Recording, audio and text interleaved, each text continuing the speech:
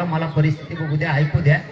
नाही जर मागण्या मान्य झाल्या, गुन्हे दाखल झाले तर आपण सगळे चिखलाला जाऊ. म्हणून शांत झाले. नाही तर रातभर फोन उचलून आमचा असा फेस पडलाय. नुसतं गाड्या कोणी म्हणतं पिकअप रेडी झालं, टेम्पो रेडी झाला. मी मोटरसायकलवर रेडी आहे, मग आपल्या तिन्ही गाड्यांना बाहेर काढल्या.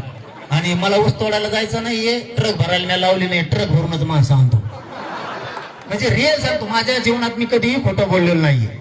आम्ही सांगितलं सगळे शांत राहा.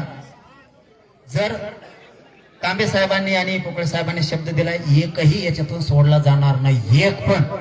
म्हणून मग मी शांत राहिलो. तुम्ही पण शांत राहा, शांततेच्या भूमिकेत सगळे राहा. नाही झालं 25ला पुन्हा येऊ ना. कुठं चाललंय? मी बी कुठे जात नाही, तुम्ही नाही, ते पळून गेलेले कुत्रे नाही, कुठे जात नाही ते. फक्त त्यांना जे घडवायचं ते आपल्याला घडवायचं नाही, त्यांना घडायची जातीय दंग. कारण त्यांच्या सुद्धा गरीब लोक लय चांगले आहेत काही काही. उदाहरण सांगतो आणि मी थांबतो. आता मी घरून निघायच्या अगोदर सांगळे आणि रे तुमचं नाही आपलं सांगतोय. सांगळे आणि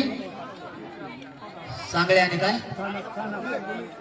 घुले, सांगळे आणि घुले नावाचे महिले सहित अंतरवालीला माझ्या घरी आले होते. त्यांनी सकाळी दारात रडत होते. मी उठायला मला उशीर झाला, कारण आम्ही 4 वाजेपर्यंत जागे होतो. त्यांनी सांगितलं की आमचा ऊस जाऊ द्या ना. कोण?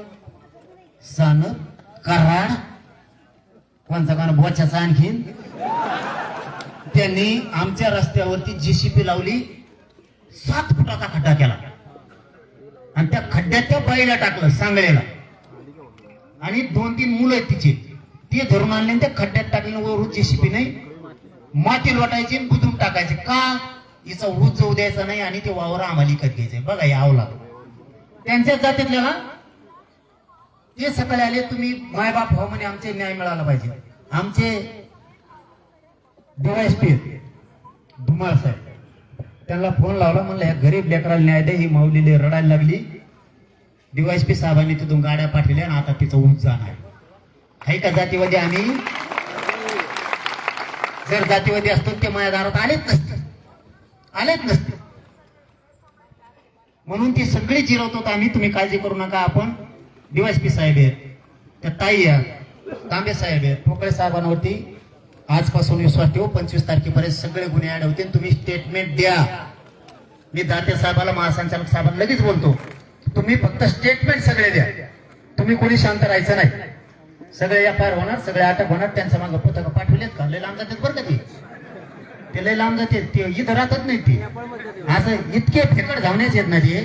ते इथं थांबतच नाही. काहीतरी गोळगोळी इकडे गोटा आणते, तिकडे खडा आणते, पाण्याच्या बाटल्या आणते, टोपणं आणते देशीचे, आणि पळून दुसऱ्या राज्यात जाते. आणि यांनी त्या नेते त्यांचे 2च आहेत. त्या लाभार्थी टोळीने त्या 2 नेत्याच्या आणि त्या काही त्यांच्या चांगल्या जातीच्या इतकं मळर आणलंय ना आता, हे त्यांचं सुद्धा ऐकायला तयार नाही का? त्यांचं पण यांनी त्या दोन्ही नेत्याला बरबाद केलंय आणि आता जातीला बरबाद करायला निघाले. हे सत्य, पण ते नाकारीत नाही.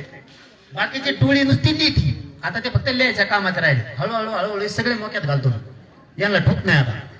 यांनी इतका अन्याय केला ना त्या नागपूरच्या. मी जातीवादी असतो, ती माऊली माझ्याकडे आली असती की नागपूरची, ती ब्राह्मण समाजाची, देवेंद्र फडणवीसची सगळे सोयरी, थेट अंतरवाली, इथं तिथं नाही. तिलाच पैशाला लुबडलं धान्याने. किती खातोय काय खातोय? जरा केळ खाय ना तिकडे, थोडे दगड गोटे खाय. केळा म्हणजे हे केळा आपला आजर भाई, अकबर भाई त्यांच्याकडे असते. ती नुसतं पैसे खातो. त्या माऊलीचा नवरा गेला हो पोलीस मध्ये. इतका ताप दिला जमू यांनी. ती सांगते, मी नाही सांगत. त्याला स्ट्रोक खलास. इतकं टेन्शन दिलं. 17 लाख सुद्धा सोडी जात हो. हे काय करतात प्रॉपर्टीचं? त्यांनी पैसे कमवून ते सरमाड्या का खारमाड्या कोण होता ते जेलात घातला. संतोष देशमुखांचा खून करणारा. त्याला सुद्धा पैसे कमीले, त्यांनी खाल्ले येणे, जेलात गेलं. ती त्याची बायको एकीकडे, पोरं एकीकडे. तिचे पोरं बेंगलोरला पळत येत, कुंकड पळत येत, ती एकटीच घरात. तिने बोललं पाहिजे, माझ्या नवऱ्याचा कसा धान्याने वापर केला, तिने बोलायला पाहिजे. तिने आशेवर जगू नये ते सुटन, ते सुटत नसतो आता, ते सडूनच बाहेर येत असतं आता, ते सुटतच नसतं. तिने सांगितलं पाहिजे की ही प्रॉपर्टी सगळी धन्याची आहे, त्याच्यामुळं मानावर हात गेलाय, धन्यामुळंच